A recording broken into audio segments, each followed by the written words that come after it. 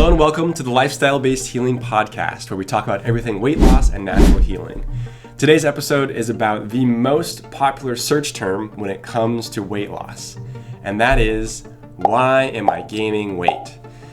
No wonder. It's a really good question because it gets to the root cause, and that's why we spend so much time in this episode digging into the solutions for that, because unless you know what's causing the weight in the first place, you can't actually make a lasting solution around it. And so it's a really good episode. Let's dive in. Okay, today's conversation is about, we just hear a lot of interest in this topic, is people are always curious why they're gaining weight in the first place.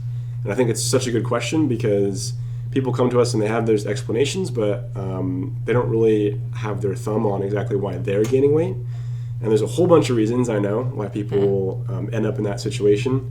We're going to talk hopefully about a lot of those today. But it's a really important one because if you can't figure this question out, then you can't put together a really good solution for the problem, right? So that's why I wanted to talk about it. Yeah, so it's a great topic, and I hear a lot, actually. Because people want to be doing well, and they want to be doing the right things, and weight loss is a big topic for a lot of people. As you know, in the U.S., there's a lot of overweight people. Yep. And so that's why I think we're asked this question so much. Mm-hmm. And I wish there was just an easy answer. Do this one thing, and you'll not have to worry about your weight. But if there was, it wouldn't be such a big problem. Yeah, exactly. So we're going to go over kind of, a big smattering, a little, what do you call it when you do a whole bunch of tasting? Yeah, kind of a, I don't know, a food. Like a flight or something? Yeah, or something like that. I kind of think of it almost like a flow chart, actually. It's like, well, if this, is it yes or no? And then you kind of go down because it is so different for everybody, right? So you might say, yes to something. It's like that might take us down, and this might be the cause, or this one, whatever it is. And it's sort of trying to weed out what it might be for each person in front of us. And this is, I think, where people go wrong, actually, is, they think what their neighbor does is going to work for them. Yeah. And I think, I can tell you, I work with so many people, and we're doing very similar stuff, but it's all slightly different. Mm-hmm. Because people have different work schedules, they have different stressors, some are caring for parents, some have small children. There's just different things going on. And so I think the nuances really matter. The nuances do really matter. And I think that's a fair statement for sure. So let's talk about some of the things. What causes weight gain? Well, typically it's because we have an abundance of calories. Sure. Okay? That's probably, and then you gotta go, well, but not all calories are created equal. So we can't just say it's calories per se. Mm-hmm. But typically how it works is, it used to be that whole calorie in, calorie out thing. Mm-hmm. And it's, again, more nuanced than that. But typically that is the basis of it. And right? so if someone comes in and they're saying, well, over the past 3 years, I've gained 30 pounds, and I don't know how that happened. Right. Yeah. What's going on there? Well, and it's like, how do you enter that investigation of trying to figure out what is causing it? Well, I basically sort of ask a couple things. First of all, it's not always overeating. Sometimes we don't eat enough. Okay, so we'll get to that. But oddly enough, I had a client like this recently, and I said, okay, so the weight didn't just come on. It was over the last 3 years. We found it because she thought it had just come on, right? And when we kind of started dissecting it, it's like, no, actually, it's been since the last 3 years. And I say, okay. So roughly 10 pounds a year. Well, that's good because then you have like a start point too. Right. When you think you actually started coming on. Yes. And then it's like, oh, yeah, it's been about 10 pounds a year. So that's less than a pound a month that she was gaining, right? So we started backing it up. She's like, okay. I go, what changed 3 years ago? She's like, oh, well, I started graduate school. Okay. I started not sleeping well. I started staying up late. I started grabbing and go, skipping meals, eating out a lot, right? My regular exercise routine was disrupted. There were a lot of life changes that were red flags to me, okay? And then you add stress level onto that, right? Okay, so you have not sleeping, added stress, eating foods that are more calorie dense, not as nutrient dense, not exercising so much. Those were a lot of factors. So it didn't surprise me at all that the weight was coming on pretty slowly, by the way, because it was, it felt huge all at once, but it was actually kind of this slow, gradual thing. Yeah. Okay. What I'd like to highlight about that is, on the one hand, she felt like it came on all at once, but because it was pretty gradual. Another big thing is I completely lost my train of thought, actually. Well, what I was going to say to this, though, was, so I dug a little deeper, and I said to her, so what did you do when that first 10 pounds came on? All right? She goes, I started skipping breakfast. I started eating less. All right? Yeah, so I remember now. Yeah. These things, part of it's like, you can look at it as the calorie in, calorie out, which is like the physics of it. But a lot of times the stuff off of your plate drives what's on your plate. Yeah. Right? So it's kind of both those things, but that's what I want. No, and that exactly. And so you think about it, she's got all this stress, she doesn't have any time. She's eating foods that aren't really that great for her. Right. They're a lot more processed, refined, higher in calories in general, higher in fat calories in general, which gets stored very differently than some other, fiber-rich foods. So now she's not only affecting that, but with not a lot of fiber in her diet, it's affecting her gut health, which is going to get unbalanced. It's going to drive the weight. So it's multiple things, isn't it? Yeah. Yeah. And then what people typically will do is when they start seeing that 10 pounds come on, I really need to get a handle on this. I really need to do something. I'm going to start, drinking this protein shake or something like that. And so they start kind of eating less and changing some of those foods, trying to make a positive change, but they're not really moving the needle. Yeah. Okay. Yeah. It's like you haven't really addressed the thing that started the flywheel, right? Right. And that's what it is, really. It's like a flywheel. Either you're like, if you start gaining weight, it's because it's a self-propelling thing almost. Yes. It's like a big snowball. Yeah. So you think that in the cartoons, that big snowball that starts rolling and gaining momentum and getting bigger, right, until it mows over everything. It becomes a bigger and bigger problem, and your body becomes more and more out of sync. Yes. And then you add on top of that, I think what I see happen is then this whole emotion comes into it. Right. Of kind of the cycle of, you make a bad choice, I shouldn't have eaten that. You beat yourself up over it, so you eat more bad choices, and then and you're like, well, I've already messed up, I might as well just eat what I want, I'll start again tomorrow, right? Or 3 days later, or whatever. Now it's a whole weekend gone by, and it just compounds that snowball. It just gets bigger and bigger and bigger, and it's really hard to, change your habits when you don't feel good about yourself, and you're just like, you feel like you're failing. Yeah. You feel like you're failing. And people keep stepping on the scale like a test and saying, just get rid of the scale. Let's just focus on what you're eating. Focus on changing your habits and see what happens. Because every time you step on a scale, it's literally like a report card. How am I doing? Okay, how am I doing? And if it doesn't go the way you want it, it's hard on your mental, outlook about you. Okay. Right. Well, I think that esteem thing is a huge thing. I think it happens way more often than people give it credit for. Yeah. Because if you don't have high esteem for yourself, or if you get in this problem and you can't bring the weight down, then you attribute it to you not having value or worth, or just not being good enough or whatever. Then all those negative emotions are going to drag you down. Again, that slope that we're talking about. Yeah.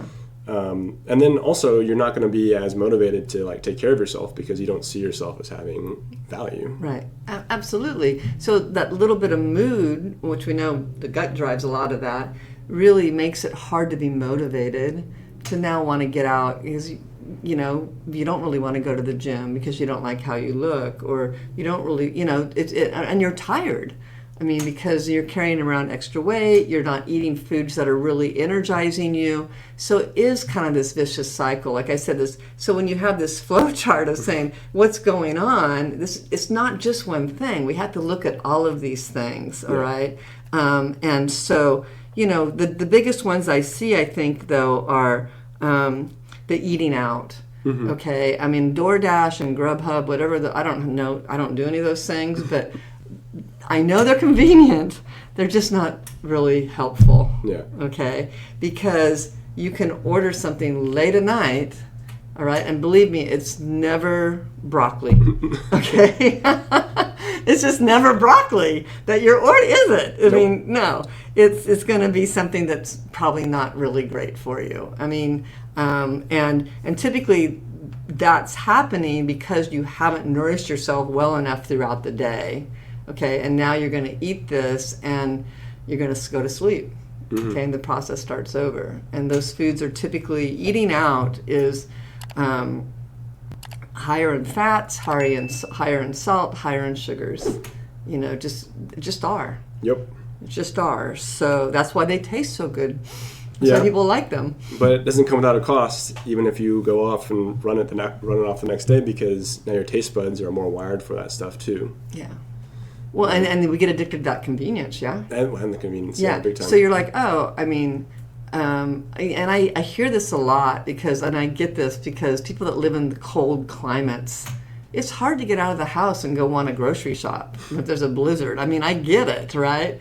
Or you don't have a car, you take the subway or something like that. You can only carry home so many groceries, so they lean into a lot of these foods, but that habit has to stop. Right. Really, we need to break that habit and tell yourself, I'm going to only do it once a week or twice a week, and then I'm going to find easy recipes that I can stock the pantry. Have your groceries delivered if that's the problem, and find things that you can have ready to go. And a lot of it's preparation.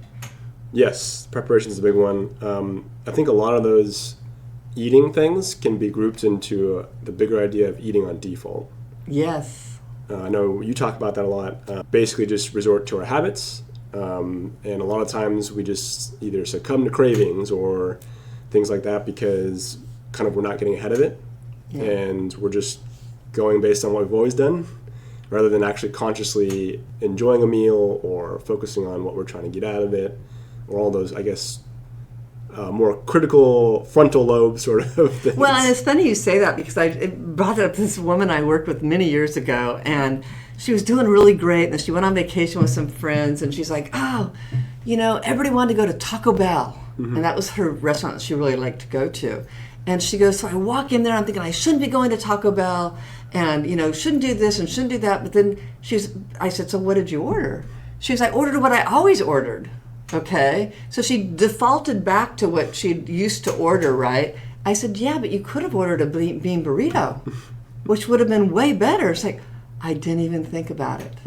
I didn't even think about it, right? So she was so wrapped up in, I shouldn't be here, I shouldn't be doing this, instead of being like going and going, okay, I'm sure I can find something here that's going to be better on the menu than what I used to order, and how can I change it, right? Because she just, so it just never occurred to her. That's that idea of being on default, right? And so that's kind of what we want people to break. Right. It's like be really, thinking about what you're eating and how that food's impacting your health.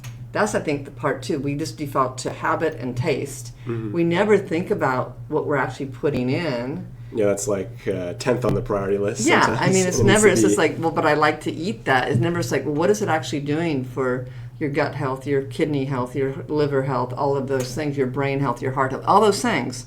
And yet I do talk to a lot of people that try to make better choices, but there's this gap of what they know about nutrition. And so they get their nutrition advice off of TikTok, or the internet, and a lot of it's not valid, okay? And, not to bash on avocados, okay, but, they're about 80% fat. Yeah. And so I had a client one time that she's like, I just don't know why I'm losing weight, I'm eating so healthy, and believe me, we had to work on her getting to eat breakfast. That's another big one. People don't eat breakfast. When I finally looked at her, what she was eating, I go, you're eating 4 avocados a day. But she goes, but that's healthy fat. I go, it still has calories. Yeah. Okay, and it's still tipping you over. So yes, it's healthy, but it's not helping your weight loss. And so that's what we have to really dive in and look at, what are you eating? Yeah. You know, and yes, do I need to eat 4 of them a day? Probably not.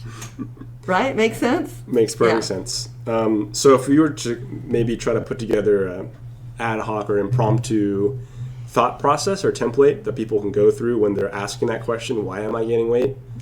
What are some of the questions that you were talking about, maybe like a flow chart? Right. Sort of. Yeah. What are some of the questions that you would have them ask themselves?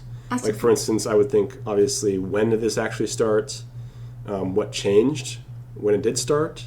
Those are a couple ones that you've already covered, I think. Yeah. Yeah. What other questions do you tend to ask Yeah, them? because often people, when I start talking about what are you know, giving them solutions or helping them to get solutions for their goals, they'll go, oh, I used to do that. So think back to, what did you used to do before you gained the weight, okay? And ask that, and because a lot of people have a lot of good habits. They just have forgotten them because life has gotten so busy. Life threw them a curveball. And so I want you to really look at what's changed and when did this start coming on. And then I do hear people say, well, I've always been chubby since I was a kid, right? And then you have to dive a little deeper and say, okay, how did your parents feed you? You know, what did you used to like to eat? Is there emotional eating going on in there? But I really think some of the big ones to ask are, you know, how is your sleep? How is your stress? How often do you eat out or have something delivered in? Okay, meaning, are you cooking or not cooking, really, is a way of looking at it, isn't it? Yeah. Is there late night eating going on? Okay. Do you have cravings, you know, late in the day that now you just start eating and don't stop? Are you fasting? Because people fast incorrectly. You know, are you skipping breakfast?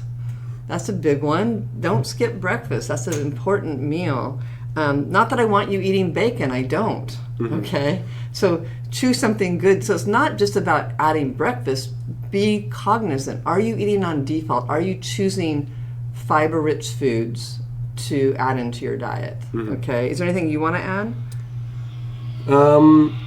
Sometimes people come in, they don't know what changed, and they don't feel like anything changed. They just feel like they got older. But sometimes when we start asking questions, they notice, oh, I actually had some hormonal shifts, right?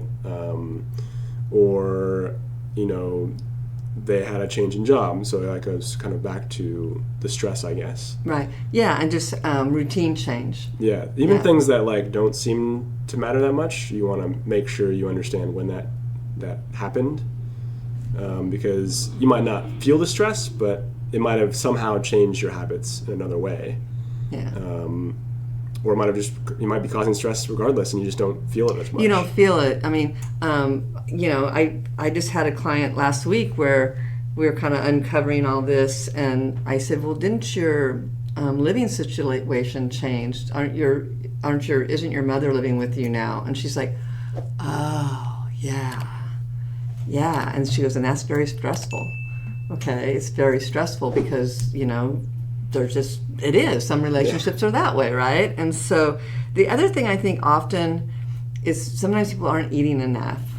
They really start cutting out their calories a lot. Yeah, so that's a really good one. Yeah. You want to ask yourself, like, not only what changed, but what did I change? Yes. And how is it working, and what's working about it and what isn't working about it? That's a big question I always ask people is like, well, what have you tried in the past? Right. And of those things, what worked and what didn't, and how long did it work for, and why did it stop working? Right? Yeah. So many people come and they say, well, I used to eat, I don't know, because they thought I was healthier vegetarian, or I used to do this healthy habit where I went out and exercised with my friend all the time. And it's like, well, like you always say, you know, well, why did it stop? You know, I used to do that, right? What stopped you from doing that? And that might be the answer for you as to why you're gaining weight, and actually also in and of itself the solution, right? Yeah, absolutely. And I think I hear, because I work with a lot of women, and I hear predominantly they believe it's hormones, okay, across the board. And I think actually there's a lot of media right now targeting that age group and helping them believe that. Okay, and there is some shifts that do happen, there's no doubt, but I think when you look at your hormones, this is a natural process, and I think sometimes I work with so many people that feel like they're unbalanced, and what's really unbalanced is their gut health. Okay, and it's because of what they're eating. And so not for everyone, but I think that's a good starting point, is saying, all right, you're having this brain fog, this fatigue, this weight gain come on, and certainly it does start gaining more in the middle during menopause. But you know, what else is going on? Then when you dive in a little deeper, you'll notice they'll tell you, oh, my blood sugars have gone up a little bit, my cholesterol's just tipping right there. And these are all red flags, at least yellow flags, okay, that things aren't going well in there, and that everything's related. And so I think that you can't ignore that. And you know that when we talk to people, their blood sugar, their A1C may be normal, but that insulin resistance starts roughly 10 years before you ever get a diagnosis. And it shows up as slow weight gain, it shows up as fatigue, it shows up as, you know, kind of the brain fog. And so, you know, if you have that predisposition in your family of type 2 diabetes, or maybe you don't, it's still something to consider and really think about, is that contributing to my weight gain, you know? And it's kind of speaks to, well, your weight gain might have started before you even started gaining weight almost. Yes. And in almost all the time when people come in, they think, oh, it's menopause, it's these hormone changes. If we actually like really dig into their story, usually the weight gain started like a little bit before, or even far before, and they always had struggles with this. And then maybe they just noticed it now because it was like the spark that lit the Tinder, you know, box, where it was just like the final straw that broke the camel's back, and now you're starting to accelerate that process. Right. But it was never the thing that actually caused it in the first place. Yeah, and I think there's a lot of factors. There's a lot of factors. Again, it's like, as you know, we get to an age where maybe our jobs are more sedentary, and you're shuttling kids everywhere, or now you're past that, and now you're caring for aging parents, and you're not getting your regular exercise in because you've had a knee injury. Whatever it is, you need to. That's what really be a super sleuth, so to speak, and kind of uncover all that and see what might be happening here. And you know, we definitely look at the food. There's no doubt, okay, because the food does matter, okay, absolutely. And I see people eating a whole lot of food that's very calorie dense, a lot of calories, and yet their lifestyle isn't situated to really utilize all those calories, right? Yeah. And so, nor is their gut health, for that matter, to metabolize it all. And for most people, I think when it comes to weight loss, food is the name of the game. Yeah, like it's basically everything. I think very few people like exercise their way to the weight that they want to be. Yeah, not exclusively, at least. No, I mean, think about it, though. If you start exercising and you want to have more energy to go exercise and you want to fuel well, you're going to start eating better. Yeah. It's kind of one of the self-fulfilling prophecies almost, that you're with healthier people in that environment typically, and you're like, okay. I mean, there's a lot of junky stuff out there in the fitness world, I think, that people do go down that rabbit hole. But a lot of people I see will just lean into more of the whole foods, and so they're already going down the right direction, right? So, but yeah, I think, and then you have kind of on the outliers of this is, digestive issues, if people are having digestive issues. And so that's another yellow flag that things aren't going well there and can be creating some weight gain there. Well, yeah, the inflammation, the stress, all that stuff that's underlying and causing that weight to creep up. Yeah. So anyway, it boils down to kind of the composition of your plate. All right. Are you doing all these lifestyle things of sleeping well, eating your breakfast, eating meals throughout the day, not snacking a little bit all day long? Yeah, because they drive each other. And I think that, you can't just change what's on your plate if you're not changing the other things that are affecting what ends up on your plate. Yes. Like, you need to do both. Yes. You can't just think of it like, I'm just going to eat this way and that's going to be the end of it, because you'll do it for like 3 months, and then you'll end up going back to your normal. Yeah. Because you haven't fixed other things. There's just too much momentum pulling you back. And you'll probably like lose some weight in the short term. Feel better, certainly. But yeah, unless you do like all the things, you attack it on all fronts, then, you know, that's why it's such a big problem here. There's so many different things that feed into it. Yeah. And there's a lot of temptation here. Yeah. Mm-hmm. There's a lot of temptation, you know, like I said, getting these very, you know. I mean, yeah, you're surrounded in a society where people are overweight. So, Yeah. you know, it's not just you. Everything around you is pushing you in that direction. That's where The food culture is such, you know, and people, you know, I think I told you I was working with someone that had moved here from India, and she started gaining weight. She couldn't understand why, because she hadn't changed her diet, but she didn't think she had changed her diet, but she had changed her diet. Diet changed. Her diet changed, right? I mean, so she was still eating. She was eating vegetarian, but now she's eating out a lot. Yeah. She's eating out a lot, and the food in the restaurants here is very different than the foods at the restaurants in India that she was choosing, but she wasn't even eating them out in India, right? And so it was enough to tip her over. Yeah, and even her, she kind of pinpointed that, I think, and people hear all sorts of things, and this could have been true, but she was saying, I think the dairy is different here. Yeah. And that's why. Maybe they grow their cows different, or they harvest the milk differently. Yeah. Who knows? And it could have affected, but the more likely thing from our perspective is like the overall food landscape for her shifted in the ways that she didn't even know. Yeah. Yeah, so now she's working in an office, and they're bringing in all the treats, as you know people do, right? And so these are things she didn't even think about. And to her, nothing had changed, but a lot of things had changed. Yeah. So that's the work for people, right? To really look and see. Yeah, you got to adapt to the environment. Yeah. And the environment changes sometimes. Yeah. Cool. Well, that's all we have for today. Thanks for joining us on this one. If you like the content, make sure to like and subscribe. That way you get future episodes. And if you want more resources from us, you can go to therevitalizecenter.com. That's our website, and where we publish all sorts of free courses or free newsletters and stuff like that. That's it. We'll see you guys in the next one. Bye.